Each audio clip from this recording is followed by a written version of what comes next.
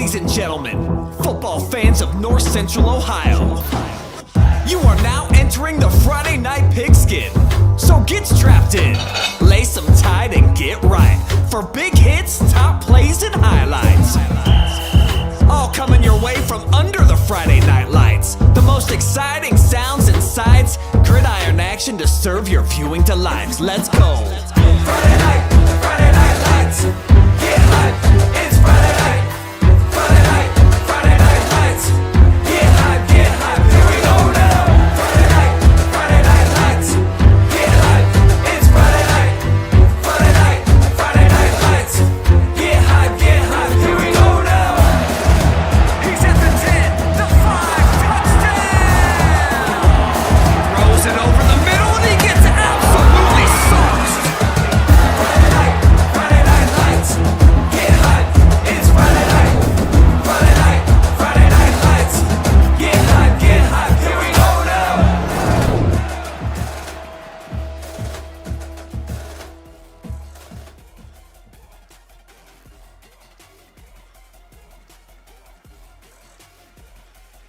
Brand new OHQ. I am your captain, Brian Skoronsky, alongside my co-pilot here, Travis Berardi. With new toys. We got new toys. We got new toys, and we got football back, baby. That's right. A lot of teams come in with plenty of optimism. 50% feeling like they're on top of the world. Yep. The other half, back to the drawing board, Travis. And speaking of which, how about your beautiful new board? I mean, look at this. Let's just try it out and give you some scores from around the area that we won't have highlights for. But we wanted to still give these teams some love. And let's start with Delaware Hayes and Buckeye Valley. Yeah, the Battle of Delaware, and we thought Buckeye Valley, coming off of a playoff season last year, got their first ever home playoff victory, might have the upper hand. Not tonight. Hayes comes in, spoils their home opener 21-7. We'll see what happens for the Barons moving forward. It is still week one. One loss doesn't kill you, but you know you want to have that momentum going into week two. Hopefully they can bounce back. Another game up in Firelands country. Western Reserve is rolling all over Wellington, 45-7. I heard Chris Bliley had a blast calling that game because Western Reserve scoring time in and time out. Yeah, he got to press that touchdown button a lot. He likes the brand new graphic that we got. Hopefully you guys enjoyed it as well, watching all the live and free broadcasts tonight. And we had a bunch of them, including one over at the Castle where they do get dethroned at home tonight over in West Bloomfield Township. North Bloomfield Township, close enough, but it feels like West Bloomfield Township after a 30-21 loss to Upper Sandusky. They had chances, but they're young. They do still have a very good quarterback, one of the best in the KMAC. It's just he needs to get going with some of his receivers and his line, things like that. I think they'll be able to right the ship, but it's a tough loss. Upper Sandusky, you know, 1-0 going against the Mount Gilead squad that we will see in a highlight here. One at a time. You touch it. No, that we'll see against in a highlight later on against Martins Ferry. But first, Brian, you can touch it. Yeah, the team that has been to the Division 7 state championship 2 years in a row, they look like they're hungry and trying to get back there again, as you will hear from our guy, Zach Truax. He's got your call of the night. Lined up to the left in the sidecar. Lewis keeps, rolls left, a little jump pass, and number 5 knocks Lewis wide open, rumbling in the end zone, and the big boy gets his third touchdown of the night. Knox Lewis having a career night here in the opening week. The full highlights of that Falcons game coming up here in just a minute, but we're going to begin with my game because selfishly I was very impressed with what I saw tonight from the Highland Fighting Scots down there in Sparta, or is it Marengo? It doesn't matter. Wherever the kids come from, they played really well. Lost 2 in a row against Fredericktown on opening night. We'll show you how they got it done at home tonight to kick off week 1 in style.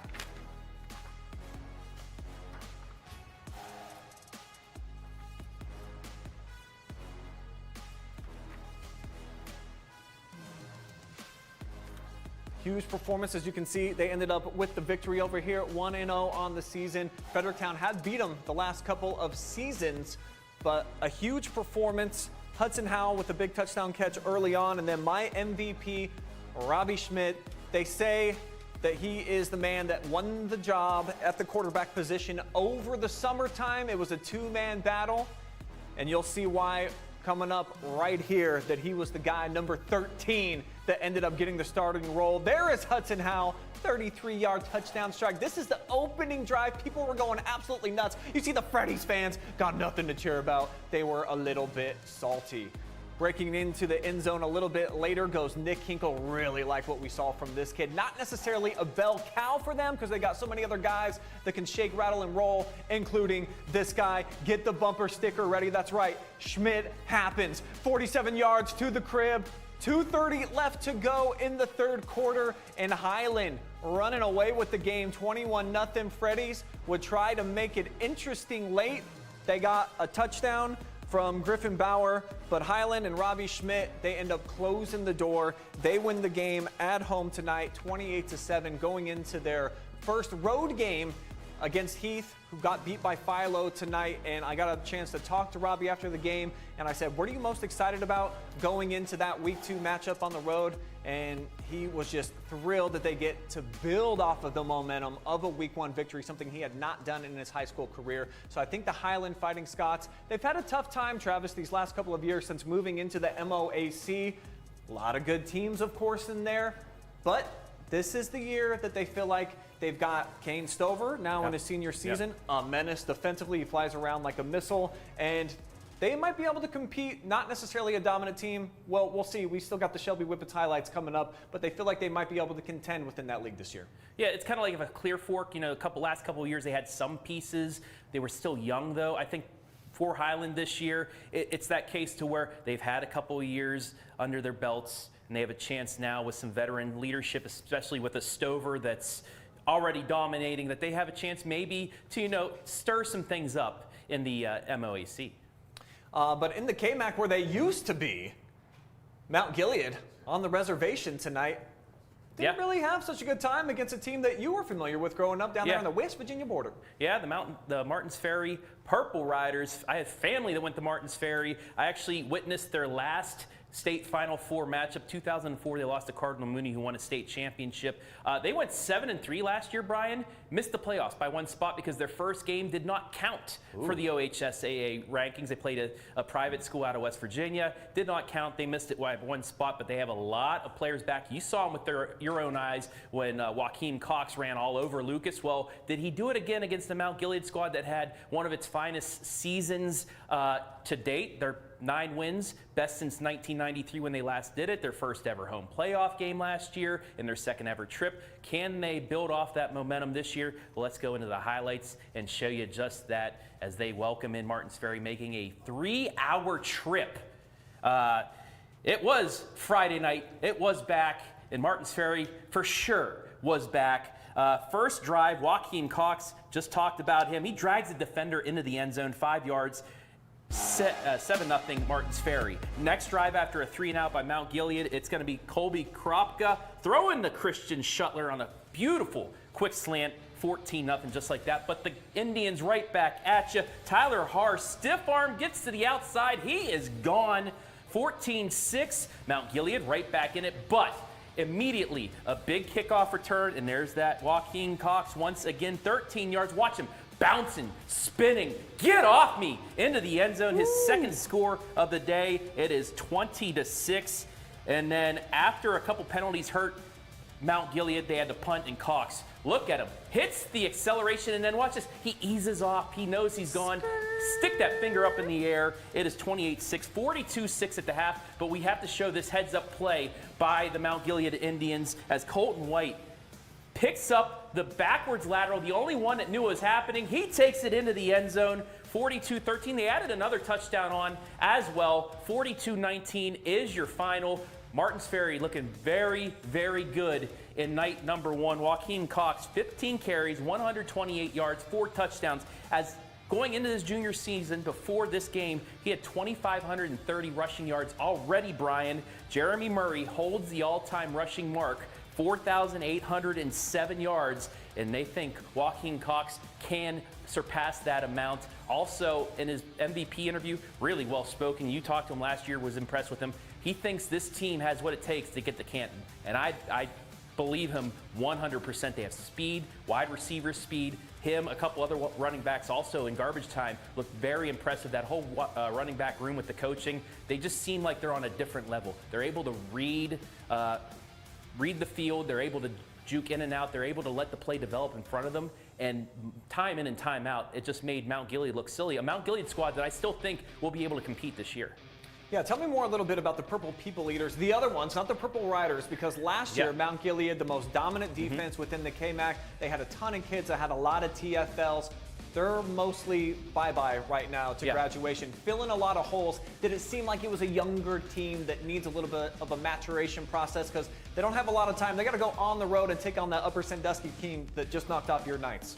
Yeah, I think they did have 11 returning lettermen on offense and defense, 5 starters on offense, returning 6 on defense. It's just filling those gaps. I mean, you lose the area's rushing champion last year, the leading tackler in the KMAC as well. You have to, it's going to take a couple games for them to get back into it, but Coach Mike Reed and his squad, they know what it takes now to be a successful team. It's just you just have to get these players up to speed, and it might take a week or two, but I think Mount Gilead can still be very competitive. A team that we know is always competitive, Travis. The team that we mentioned, the Hillsdale Falcons, back-to-back runs to the state championship game. They get to open up at home tonight against an Ashland County rival. Break it down for me, because I heard that the Lewis brothers, they were a force to be reckoned with. You know, last year it was Cale Lewis to Hayden McFadden. Knox Lewis did more of a blocking, a little bit of tight end, but this year, with the big playmakers gone at wide receiver, it seems like that Knox is becoming like a Travis Kelce type with his brother thrown out there. But is this going to be the matchup that helps get Hillsdale back deep in a playoff run? Well, it looked pretty darn good to start. Let's go to the highlights. We had the highlight of the night, the play of the night, call of the night from Mr. Zach Truax as well. But first play, Knox Lewis, we just talked about him. 10 yards on the out. Look at Cale extending the play for the touchdown. It's 7-0. Then they got that running. Owen Sloan's gone, but they have the passing game. Aiden Sawyer, 30 yards. I mean, look at the gun. Just put it up. Cale Lewis is still there, and he's still making plays to his receiver. That's the second score. Now the third score, guess what? Let's get the brotherly connection again. You do not leave him wide open like that. Another touchdown. Hillsdale already rolling 21-0, and well, let's get another Sloan. Not Owen Sloan, but a Mason Sloan. Ooh. Hey, I didn't know about this, but look at he's looking like his brother. Ooh, into the end zone and everything. 28-0.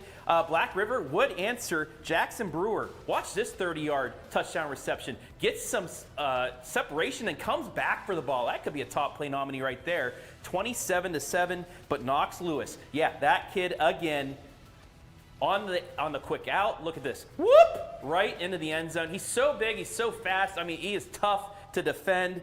Black River, though, would get the last 2 scores.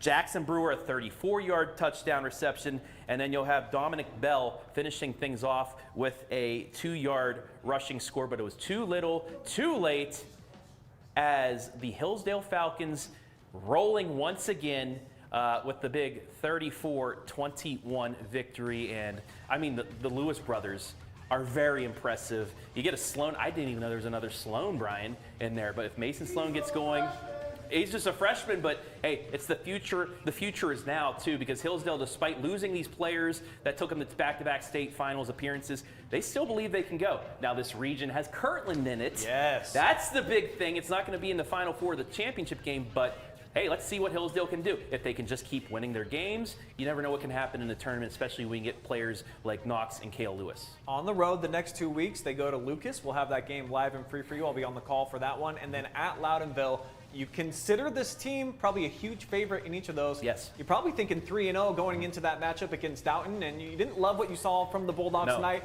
We'll have the moving pictures of that big defeat coming up later. Yeah. But for the Falcons, this is, I think, a great way to start the season. 3 very winnable games that you project that they're going to score a ton of points. It's kind of like how you see like Alabama or Ohio State play Twinkie teams the first couple of weeks. Whoa, Texas, baby. Hold up. Well, not this year, but in the last couple of years playing the Akrons, the Bowling Greens, the Ohios. It's just to get these guys up to speed with what you're doing. It happens this way for Hillsdale. It may have not been a schedule where they think these teams are going to be that down, but still, it's a very big help. It comes at the right time for the Falcons because I think if they can get on the right foot, they can get clicking. They'll be successful once again. You know who else is successful? Caden Schmid. Welcome officially to the crew, sir. I mean, you were working with me on calls last year. Now you get a chance at your own, and you were up at Crestview tonight as they took on Northwestern. And what did you see? I know it was. There's no more Kuhn at quarterback. Yes. For the first time in 10 years, Crazy. no Kuhn here. What were they able to do without him and some of their main players? Crestview fans, cover your ears because it did not go the way the Cougars would have hoped to start the season. It was an absolute thrashing from the Huskies in Ashland. It started early. 2 minutes into the game, how about Guidetti finding Grant Cook as he breaks a tackle, falls into the end zone. How about that way to get up? And after a quick fumble and score, it was 13-0 just like that. 4 minutes left in that first quarter. How about this little jet sweep to Riley Ramsey? His first team all-conference last year, showing off the speed, getting in the end zone, making it look easy. But Grant Cook, he wasn't done just yet. We're still in the first quarter, by the way. How about that? Run through a man. Northwestern put up 34 in the first quarter, and they did not stop there. How about this play from Leo Guidetti? Whoop! Make a man miss and find the freshman Braden Arnett. His first score of his career, and still Northwestern wasn't done yet, but the Cougars found something for Crestview fans to cheer for. How about this deep ball from Colton Hernandez to Carson Keener, and then a foot race. He gets in. Crestview was able to add one more, but Northwestern wasn't done yet either. This game ended 54-14, and this is one of the best plays of the night. How about Guidetti rolling out, looking downfield in the corner, has a couple men, and none other than Grant Cook coming down with his 3 touchdowns today. He was dominant, and he was a player of the game. You figured Crestview was going to be a little bit down for the last few years, but the way you saw that happen tonight, I mean, let's think. I'm a positive person. Let's think about the positives. What did you like from Crestview here tonight? Well, they started working the ball down the field a little bit better in the second half. Obviously, running clock sped the game up really quick, but they were able to run the ball successfully. And the throwing, they had a couple good out routes, couple good comeback routes, but other than that deep ball, there wasn't much good going on in the passing game, at least in the first one. But this Northwestern front, they were getting after the quarterback.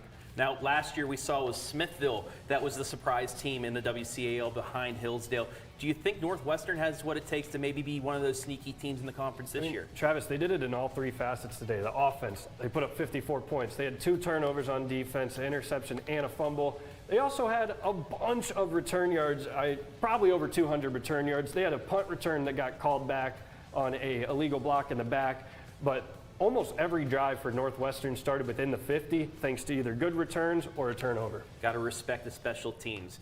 Mr. Schmid, hey, welcome to the crew. Welcome to the Friday Night Pigskin. I'm going to preview what we're going to have next with Brian Skoronski. I think, nope, it's not on there, so let's just send it over to Ski for our highlights as we go to another rivalry game.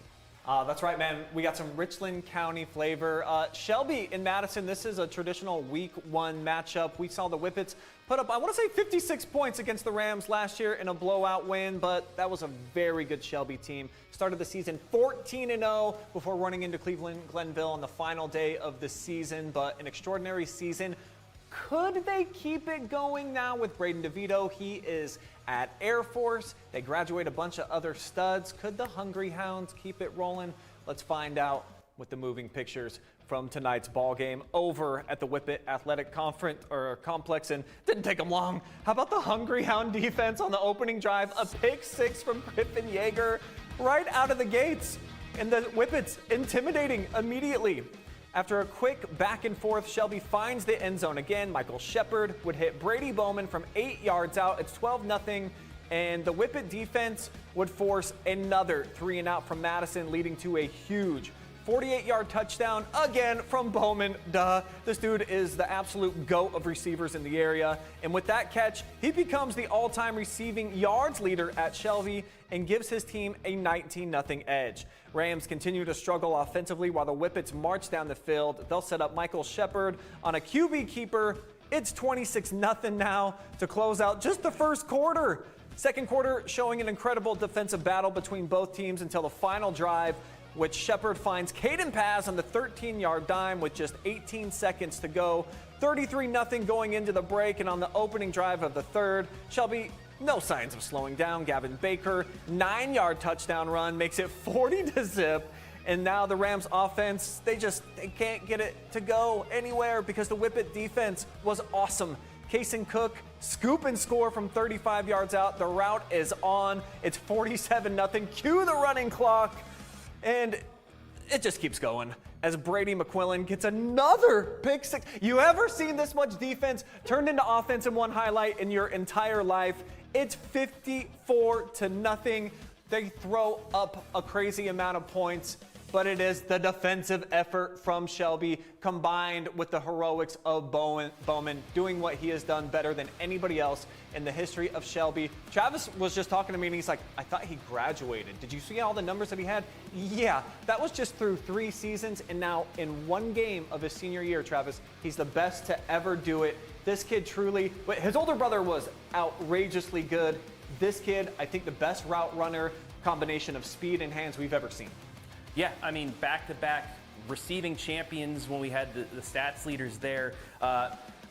Looking through some of the message boards, some of the videos that other streamers have put out there, some people still think Shelby has what it takes at least to get through their region to a Final Four. And I mean, you have a guy like Bowman, you have Shepard who can throw the ball, you get a good running game, the line starts going, then you start thinking, why did we think Shelby would be this down? They still have a lot of playmakers, kind of like what we saw with Hillsdale, where they made it to the state final. Shelby did it as well, lost players, but they didn't lose everybody. And if they can just continue to keep getting better week by week, knocking off teams, that confidence gets back, and you see these teams all just like that. They're in a regional semifinal or a regional final. You never know what they could do. And I think the number one reason why you would anticipate that Shelby is not just going to be a force to be reckoned with within their region and the MOAC, but maybe even beyond that, is because of Michael Shepard, the quarterback. If not for Braden DeVito, who is one of the top 10 best quarterbacks in the history of the state of Ohio, not just our area, the entire Buckeye State, Michael is definitely probably going to be a 3-year starter for this team. Yeah, you remember Marshall Shepard? He was pretty good. This is baby bro, and he's been playing some other positions. Now, with the accumulation of talent that they have, a great running game as well with the stud sophomore running back, you really feel like Shelby is going to be the favorite yet again in the MOAC, trying to go to 2-0 next week when they travel on the road and take on a Lexington team that was on the road tonight in a rivalry game, the backyard rivalry, as they like to call it. Lexington and Ontario, one of the best head-to-heads that you will get in any place because they're separated just by one road, only a patch of, I think, about 8 different miles, and while they have respect for each other, there's a bitter hatred, and we'll show you how it played out tonight over at Ontario. Warriors looking for revenge. Last year, tough game for them. And on the opening kickoff, how about Cam Power starting off the game in the season on a high note? He's going to take it to the crib. 80 yards immediately. Warriors fans going Gorillas. What a way to get things going, and especially against your rival. Let's fast forward now. We're in the second quarter. Lexington striking back. Lane Schuster connects with Cameron Glennon. This is a 45-yard catch and run. They would even things up at 7 apiece, but just 2 minutes later, Ontario is about to answer. Gavin Miller in at quarterback now. He hits Trendon Flannery, and he'll take it, zip, come back near side, 26 yards into the corner of the end zone. 14-7 Warriors at the break, plus a nice little celly right there. 5 minutes left in the third. It's Max Ciroli. They have so many weapons. Cooper Kilgore, unfortunately, lost due to injury. They've got a lot of other guys that can replace him. 39 seconds left in the third. It's Miller powering into the end zone. He's slight in stature. I mean, we all know his dad, but he is mighty. That was 28-7.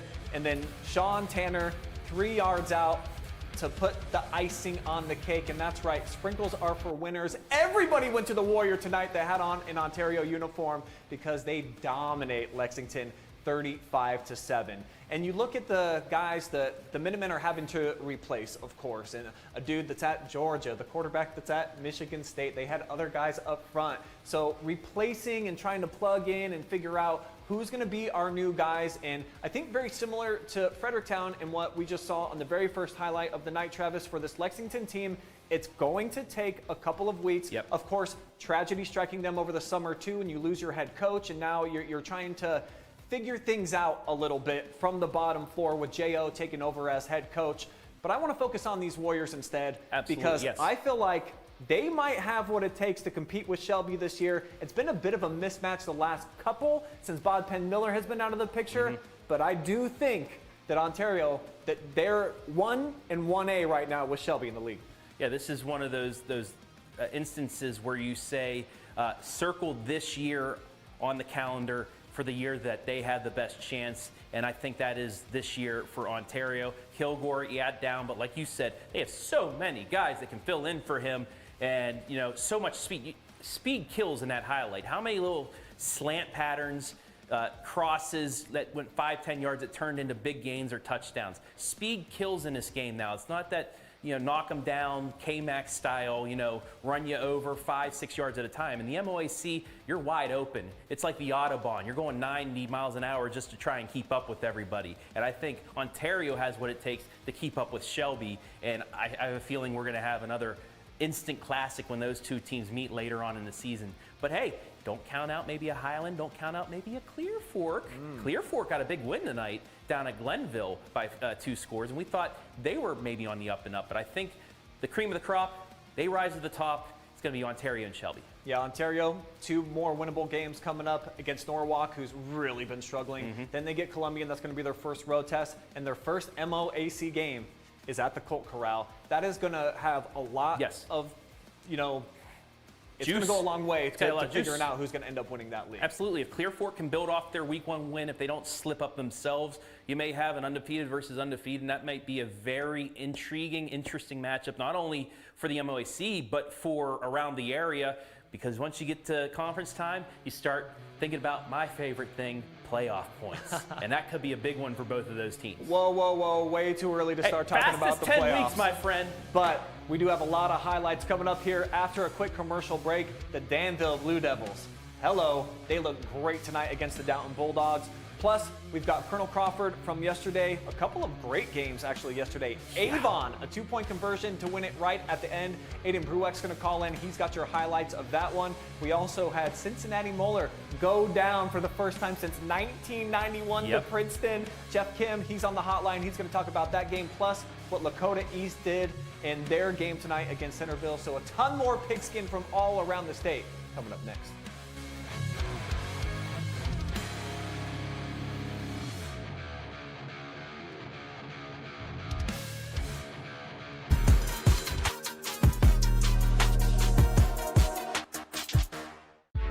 You have better things to do than to job hunt or scramble to find your next great hire. So let Spherion do it.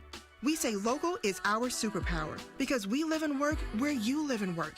We know the Mid-Ohio job market, and we're locally owned. So you won't find a partner who's more engaged and literally invested in your success. If you're ready for something better, start with Spherion.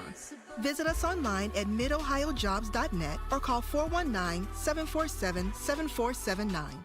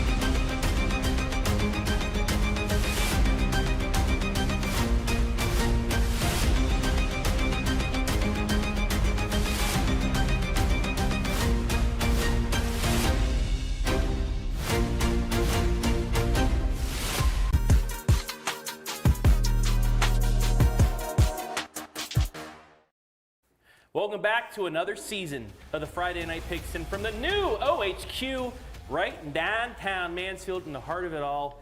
And we have a team that is in the heart of KMAC country. Yep. You and I think they have the chance. Let me just hit the touch board here. The Danville Blue Devils, big game. We thought at least it was going to be a big game. Dalton, Danville, when we saw this on the schedule at first, think, oh man, this is going to be some maybe game of the year in week 1. But you and I both, after what Danville was able to do, they made the switch to Proper in the Northmore game, second half. Me and Ken Parrott thought, man, he's mobile, he can throw it as well, and that just put them on a run to where they were so close to knocking off Hillsdale. And let's get in your highlight and show you. Danville did Danville things. They come out, you see them coming out. And how about first offensive play, Cy Wallace, Zoom Wallace, as we call him here, doing Zoom Wallace things, untouched up the right side. That's the first touchdown. And then your very next highlight, hey, how about just get off of me? Almost ripped down, breaks the tackle, and once he sees an open field, nobody's going to catch him. 2 plays, 2 touchdowns, Cy Wallace doing what he does best. And then from there, it's Parker Proper doing what he does. I mean, it's really just, this offense is special. Yes. Parker Proper sneaks it in, and then Aiden Mickley. How about this ball from Proper to Mickley over the middle, wide open, nobody near the kid. He catches it in the end zone. You're going to see another Parker Proper touchdown pass, this to our MVP, Bryson Burke. He also had an interception defensively.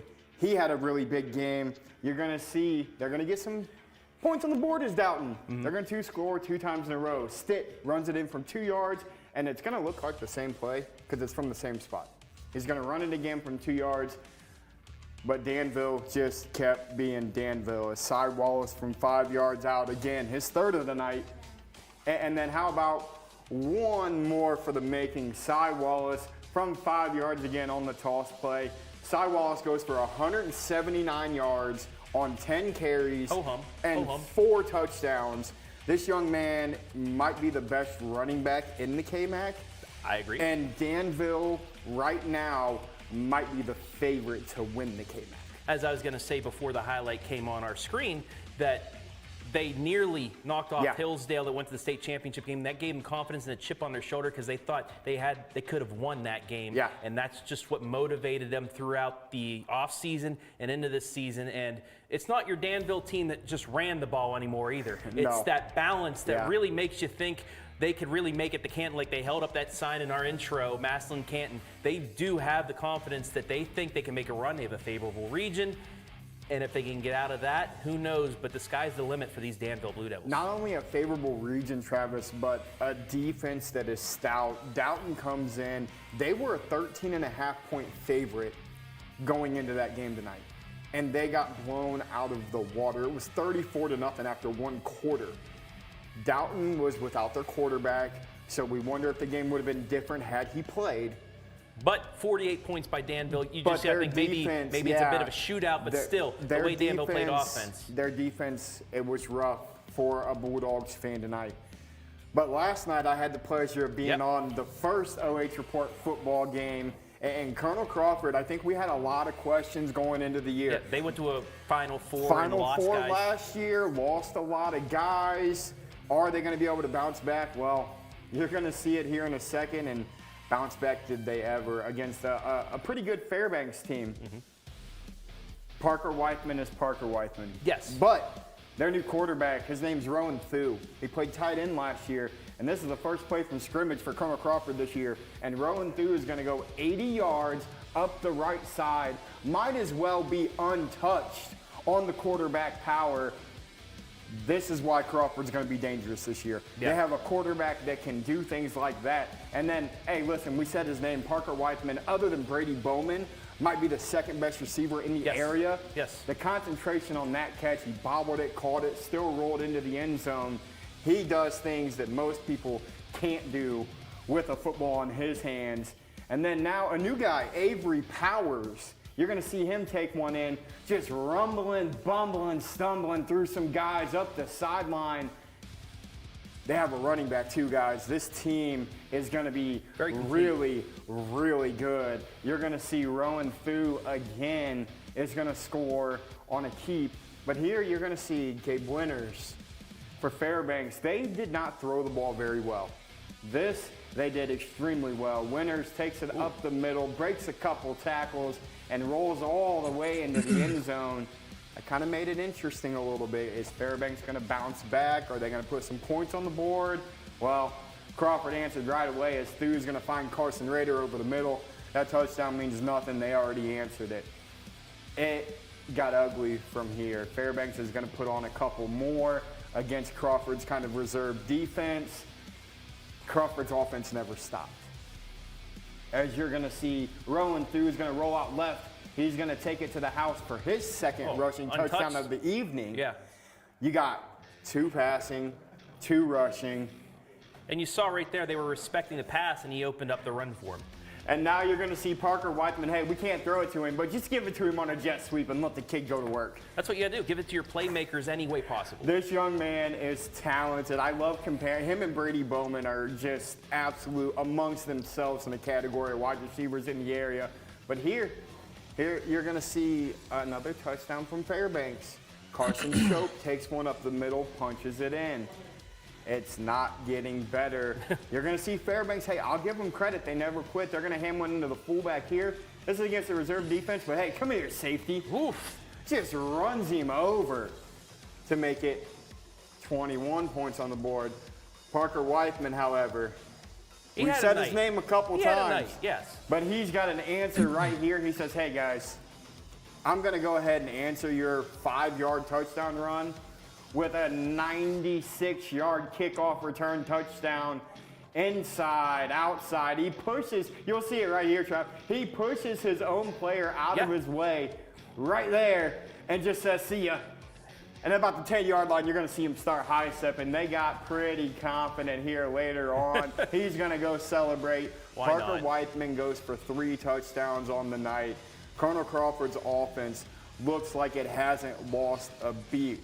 Unfortunately for the likes of Colonel Crawford, you get Hopewell, Loudon, and Carey back-to-back in weeks 3 and 4. Yeah. That gauntlet is going to be brutal for them. If they can get out of those games, maybe at 3-1 or even 4-0, look out for the Eagles to make another run. Well, Carey, they put 7 points up against Marion Local tonight, 34-7 loss. But Hopewell Loudon, some people think are the favorites over Marion Local to win a state championship. If it works out, those two might meet in a state semifinal. That's all the way down the road.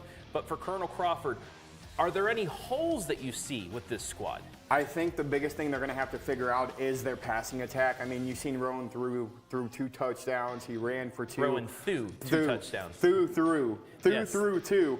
But he had a lot of missed throws, too. You can see he's new to the position. He throws from that 3-quarter slot, misses a lot of easy throws. If he can figure that out with the run game of Avery Powers and then the receivers they have around him with Parker Whiteman and Carson Rader, I don't know what to say about Colonel Crawford, but their defense, they're fun to watch. And, you know, hey, going off of a Final Four appearance after knocking off some good teams to get there, Mount Gilead, Centerburg, and then they beat West Jeff to get to a game where they lost to Kirtland. But it's that confidence, it's that experience, and Colonel Crawford able to roll. Another team that's looking to roll this year, despite losing one of the best players. I'm not even going to get into that. There's controversy and everything about it, but they're still looking very good. That is Big Walnut. Ski, you got more on that. We'll go from one yellow eagle to some golden eagles now down in Big Walnut Country. And Bryce Coder, of course, he is the voice of the Eagles for us. In the last couple of years, they had to open up the season with, how about the 2-time defending state champions now in Bishop Watterson. It's a little bit of a different game this year. Hilliard Bradley and Big Walnut, I think they looked like a team coming off of another Final Four run. They kind of wanted to prove to the Columbus area, we're back, baby, and they think that they're probably the best version that they've been over the last few seasons, Bryce. Yeah, definitely in search of a statement victory tonight, going up against Hilliard Bradley, who's 6-6 on this of last season, but still a Division I team. And like you said, really tough Week 1 matchups the past 2 seasons. Haven't actually picked up a Week 1 victory since 2022, so this one was definitely going to be sweet for them. Yeah, I want to see how they did it tonight, Bryce. At home, always fun to play at home, and especially in Sunbury. Here they come. Yeah, even got our cameraman here, but starting us off is Eli Stump for the touchdown, throwing it to Jackson Bowers for a total of 30 yards. Eli Stump not done, though, as he rolls out to his right looking for a receiver and falling to the ground. It's Gavin Harrington that pulls it in. And on the 2-point conversion, a little bit of trickery. Nolan Burley at the quarterback position, throwing it to the middle linebacker, Gage Eckelberger, for the 2-point conversion. And Nolan Burley taking a little bit of time to get going. He had some big runs, but he finally gets his first touchdown of the season in the second quarter. Now quarterback running into the man in motion, but Declan O'Neal able to stay on his feet, punch it in for 7 and avoid the shutout. But to wrap us all up, it's Nolan Burley to punch it in for 2 yards, and 32-7 is where we landed. Bryce, obviously, overall performance, you love what you see from the defense and then the Golden Eagles. The offense is what I think most people have been talking about. They got all these Division I college commits. So tell me, what impressed you most? Was it the 32 points on O, or just the 7 points that they allowed to the Jaguars on defense? I mean, it was definitely an impressive offensive performance. There was really no stutter points from the offense. I mean, a couple of blemishes. There was a turnover. There was a fumble on a return. But the defense looking great as well. I mean, TJ Miner was our player of the game tonight. He's gotten a ton of offers, including one from Ohio State, only a junior. But he had 3 sacks tonight, 3 tackles for loss, and a forced fumble later on in the fourth quarter. So, I mean, just all around, there's so much to be proud of for Big Walnut. Yeah, you've seen all of their games over the last 3 seasons, and I mentioned that I feel like this might be the crescendo for them just in terms of the roster and the overall experience going into a season where outside of the Ironton game, they basically just stay within like a 20-mile hub and they're just playing within Columbus. So does this team feel to you like this has kind of been the build-up for them, even though Division II might be one of the toughest divisions in any state, in any division, anywhere, ever that's been assembled? There's a lot of great teams. Does this feel like the best version of Big Walnut that we've seen over these last few years, even though it's just one weekend? I think so, and they've definitely added some weapons, not only from acquiring folks like Finn Stump, who came up with 5 catches across the night. He was really a relief option. But guys we've seen before, like Gavin Harrington, Jackson Bowers, have been really reliable, and that was something that I think they identified last season. I certainly spoke about in the Anderson game, is that fantastic offense, great wide receivers, but it just wasn't enough to make the defense have to plan outside of Nolan Burley, and that really held them back. But now I think this year, the wide receiver situation is a much different story. So moving forward, Bryce, they're going to be at home next week. Dublin Kaufman coming off a win as well. Then they go on the road. Their first true road game will be at Reynoldsburg in week number 3 before they get that awesome matchup with Hayes, going head-to-head with a big-time rival. Do you see this team basically doing what it's done the last couple of seasons outside of the Watterson game, running the tables in the regular season? There's some tough ones here early on, but it feels like they have all the makings to perhaps do yet the same again here in 2026? Yeah, they certainly have the makings to be able to do that. The offense is firing on all cylinders already. The defense is so quick off the line. I think there's some settling that needs to be due on the linebacker front, but I mean, just all around, they're a great squad. All right, Bryce, appreciate you being on the Eagles beat. We'll check back in with you next Friday after they take on Dublin Kaufman. Thank you very much. All right, from southern of here at the OHQ to south in Ohio. We're going all the way to Cincy with our brand new crew that we have set up that was at Lakota East tonight. We'll welcome in Jeff Kim, who was on the call for that game against Centerville. And Jeff, there y'all hanging out in the kitchen, hopefully getting a little midnight snack, maybe a nice cold beverage. Tell me about the atmosphere tonight, man. A little rivalry game down there in the Cincinnati area. What was it like out there in Lakota country? Well, it was Hawaiian night tonight, Brian, over at Liberty Township, and it was a heck of a game between, at least on paper, Centerville and Lakota East. In fact, until last year, Lakota East had never won in this series, 7-0 for Centerville, and then they win last year with the Offensive Player of the Year, Ryder Hooks, and, well, guess what? Ryder's graduated. He's gone to Eastern Kentucky, so what do? Who picks up for Ryder Hooks? So that was the big question here for Hawaiian night here in week 1. All right, man. Let's show these highlights. Break it down for me, Jeff, as we go down there to Liberty Township. Take a look at Carter Jones on the left side. Whoops, and he's into the clear, down the sideline, and that's an easy 6. 7-0 just that fast after a punt block. And then now the next one to the sophomore, Braden Taylor, beg your pardon. Mama, look what I got. 60 yards on the big score, 14-0. Here's the punt block now, and A.J. Taylor coming after it out on the side after getting the block, skips past the man and rolls into the end zone, and just like that, it's 20-14, a one-score game in the middle of the second, but back came East. It was a 1-yard plunge by Braden August, one of 2 touchdowns he had tonight, one through the air and one on the ground that you just saw there, his first score of the year. And the big one here coming on up, I think we got one more here, we do. And this was a backward pass, as it looked like. It was fumbled, and the ball was just laying on the ground and picked up by Marco Pastor.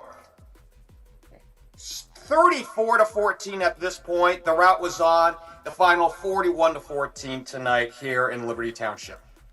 So Lakota East, you said, never won this matchup before. So how were the fans feeling? What was it like down there after getting a big victory against a team like the Elks? Traditionally pretty good there, Jeff. Was there a lot of excitement in the air? They got a victory bell there. What was it like after the game? Well, it was senior night, in fact, here over in Liberty Township. And by the way, just to be clear, Centerville had won the first 7 times in this head-to-head matchup. Lakota East won last year, and then now they've made it 2 in a row. The Lakota East offense under John Kitna, the former Bengals quarterback, for real. You know, it's like, I don't want to say that it's the system that's scoring all these points. You still need players to be able to do what they're doing. But they proved that losing P.J. McFarland to Indiana and Ryder Hooks, both were all Ohio Division I selections, not a problem. Yeah, and you got to be excited about this one, but of course you got to start looking forward because next week Lakota West, that's a big time rivalry. They knocked off St. Xavier tonight, so it looks like this could be a heavyweight bout already in week 2. You know, and Brian, to this note here, we'll give you a little heads up on this one.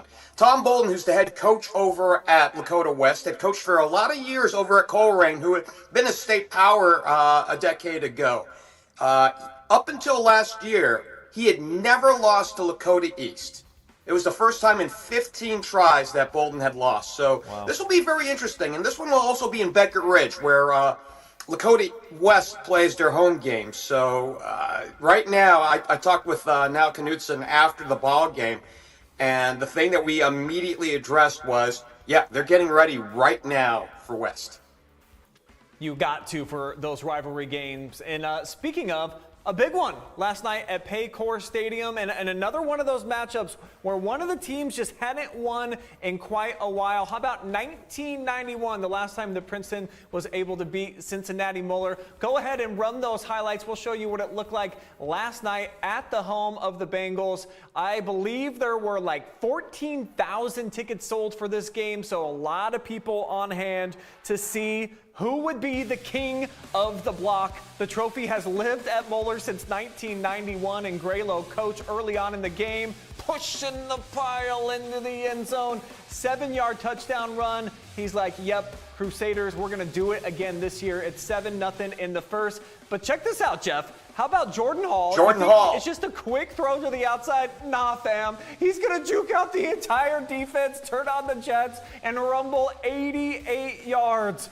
Making the Michigan commit, Monsana Torbett look really good right there as he coasts in to tie up the game at 7 apiece and give a little piece of love to the camera guy there. Maurice Holloway. Yeah, then you got Maurice Holloway with that field goal. Yeah, that would make it a 10-7 game, but then it's blocked here. The last play of the second quarter, and Moeller keeps it just a 10-7 game going into the second half where the Crusaders would regain the lead. They're going to hook up on a nice pass here. Look at this sidestep, and then the rainbow ball takes them down into the red zone, and that would set up Graylow's second touchdown of the night. It would be 14-10 Crusaders at this point, but the seesaw battle would ensue. We'll take you early fourth quarter now, and Hall going to taste Pater again off of the Wildcat formation. Vikings go back in front, and then the Miami Red Hot commit will get into the end zone for the third time on the night. Look at this stutter step. The beautiful move, dives into the end zone, and the icing on the cake coming up right here. Derek Jeffries drives the stake right in their heart. Pick six, 31 points for Princeton. Moeller would come back, make it close at the end, but they win it by 7, 31-24, breaking a 19-game losing streak to their rival. Jeff, explain to the people at home just how big this is, even though it's been lopsided. I talked to the athletic director at Princeton. I guess there's a whole documentary made about this head-to-head. It's really been one-sided in favor of Moeller, who I believe is 41-8 all-time against Princeton. But there's a lot of juice behind this particular rivalry down there. Well, the documentary is called King of the Block, and that's what this game is called. And 1991, to give you perspective on this, gasoline was $1.20 a gallon. George Bush was president. Whoa. If I recall, it was Bryan Adams. Everything I do for you, I do, you know, that song from the Robin Hood Prince of Thieves soundtrack. That was the #1 song. So it's been that long since that had happened. But yeah, King of the Block had centered around the rivalry for decades. Obviously, Princeton and Moeller in years past, decades past, had been just, you know, whoever wins Cincinnati would win or have a chance to win state. That has since dropped out. Moeller had stuck around and done really well. In fact, they got the state title game a couple of years ago, so they're still kind of doing things. But Princeton looks awfully good.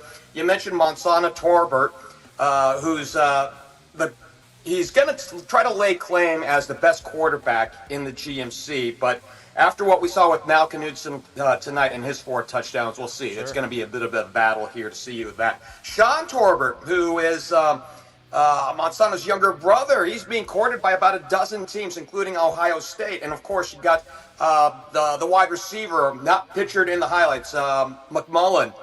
He's also looking like he might be in Columbus as well as a 4-star. Yeah, Princeton, the defending champs in the GMC, they look like they might be the cream of the crop again. Jeff, you're going to be on the calls for a lot of our GMC games this year. Next week, I think you're off. I think we have a different crew, but we will have Sycamore at Mason. So we're just thrilled, man, to be down in the Cincinnati area, getting great games like that right off the bat. Awesome performances from the quarterback from Lakota East. And great juice from you tonight, staying up late in the kitchen, man. So thank you for calling in. And what is the snack? You can't tell me that you're just going to hang out in there and not put together some kind of a sandwich or a concoction. I'll be honest with you. On my way home from tonight's game over at Lakota East, I went to Shake Shack, and burger time was really, really good. Hey, one more thing. I wanted to put a little bit more on the Moeller game from yesterday and the Moeller-Princeton game. Jordan Hall, who had the 3 big touchdowns and the big win for the Vikings. Yeah. We know, the attention to Miami University. He just picked up an offer from Penn State. Ooh. Okay. So, the thing is, you can say that recruiting is a done deal. People are committed, but they're committed only until they're not committed. We've seen a lot of kids around this area where a mid-major, a MAC team might come on in, and then all of a sudden that kid becomes noticed by some of the big blue bloods and become a 4-star, and invariably they go to one of these bigger programs. We've seen it time and time in the Cincinnati area before. So I don't know if he's going to go to Penn State, but that is the new news here at this point. He's just been offered by Penn State.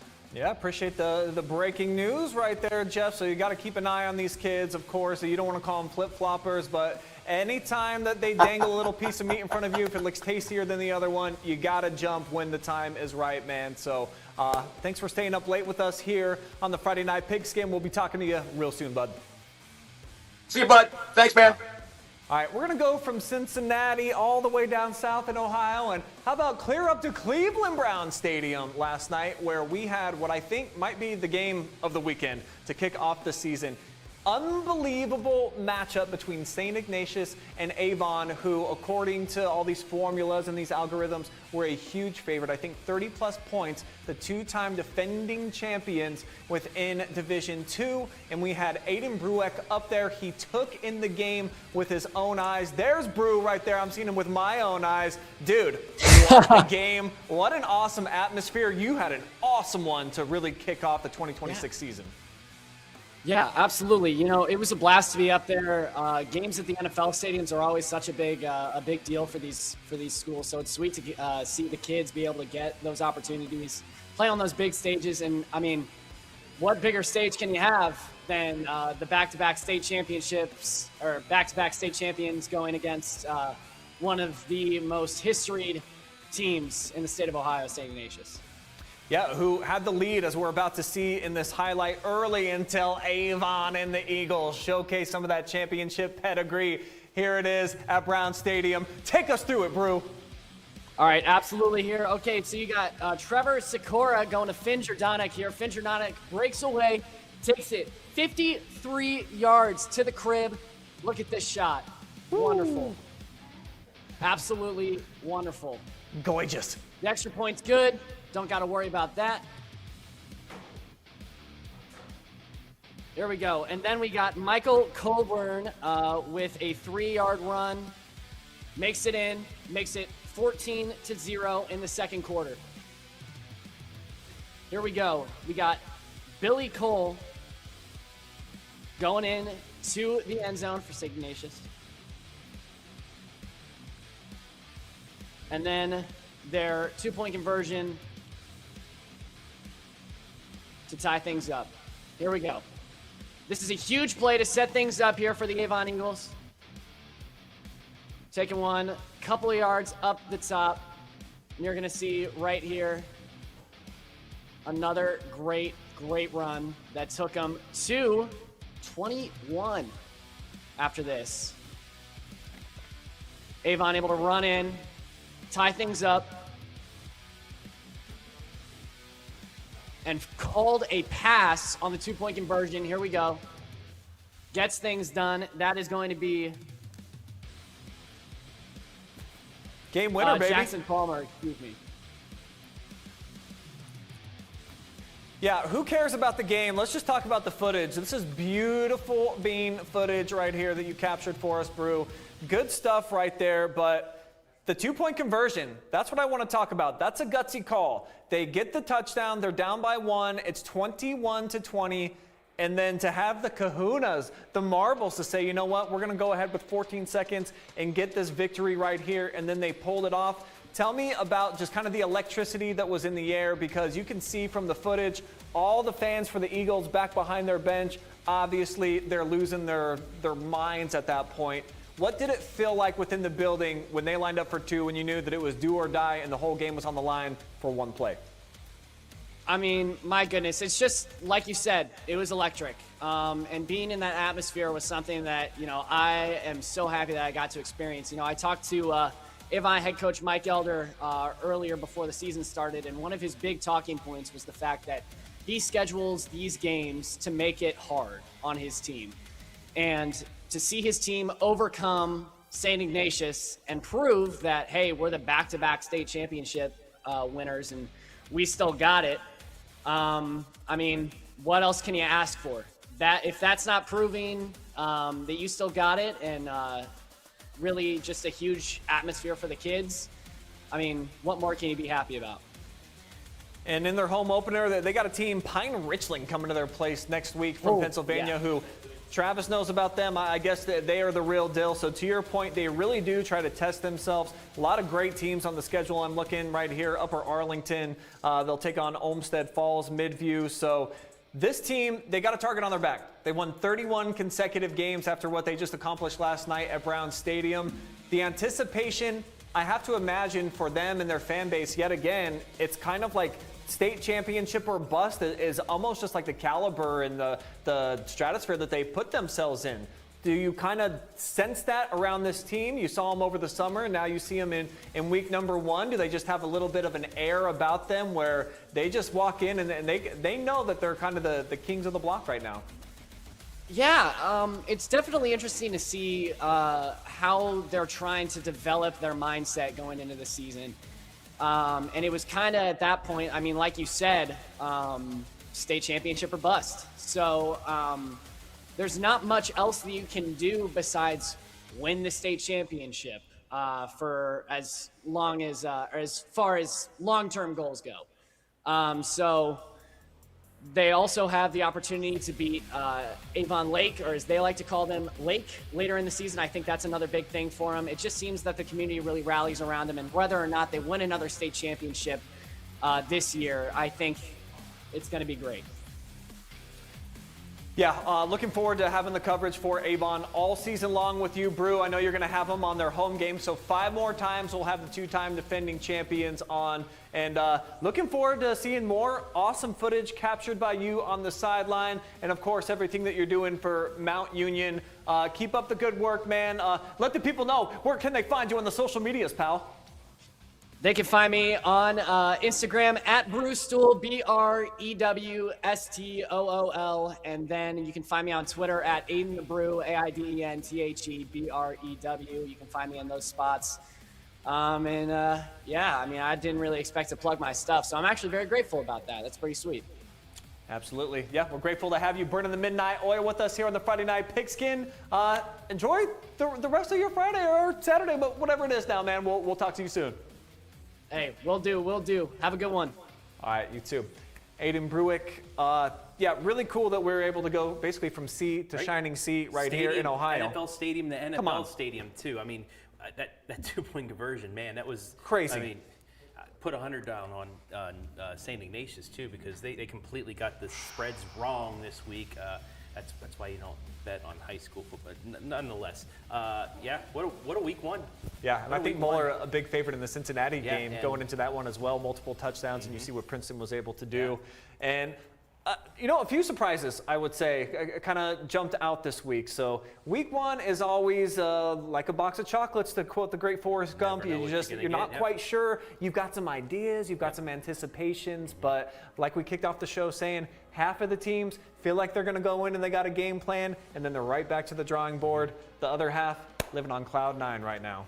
2 teams really on cloud 9. You got the Hillsdale Falcons right there, and then a huge win for this team, the Danville Blue Devils, who have very high hopes. Do have one game worth noting that's going to happen tomorrow because, well, Plymouth Big Red, I guess RIP the 11-man football. They're now down to 8-man football because of that. Lucas is going to travel to Steubenville Catholic Central tomorrow, so they're going to Steubenville to play. So that's the last game. You saw that on the side. They'll play that tomorrow afternoon. But, I mean, what a way to kick things off here at the OHQ.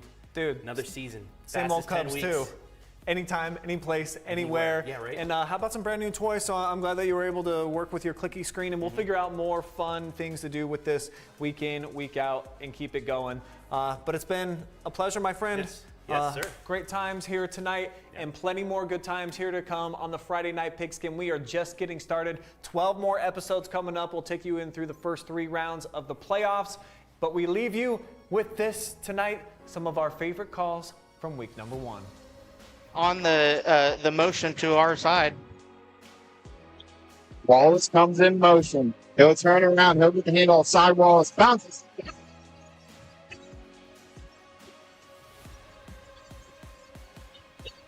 That right there, we talked. Why they're still out there. Handoff this time. Hanshaw trying to get to the edge. Has some space. Great pancake blocked by the freshman Arnett. There goes Ranshaw down the sideline. Another touchdown for the Northwestern Huskies.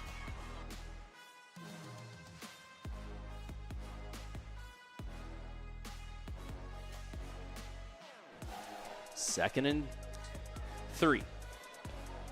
Cox with the handoff. He's going to get it and more. Across the 40, trips 45, 50. One man to beat. 40, 30, 20. Goodbye. Touchdown, Martins Ferry. Lined up to the left in the sidecar. Lewis keeps, rolls left, a little jump pass, and number 5 knocks loose, wide open, rumbling in the end zone, and the big boy gets his 3rd touchdown of the night. Knox Lewis having a career night here in the opening week. Lined up to the left in the sidecar. Lewis keeps, rolls left, little jump pass, and number 5 knocks loose, wide open, rumbling in the end zone, and the big boy gets his 3rd touchdown of the night. Knox Lewis having a career night here in the opening week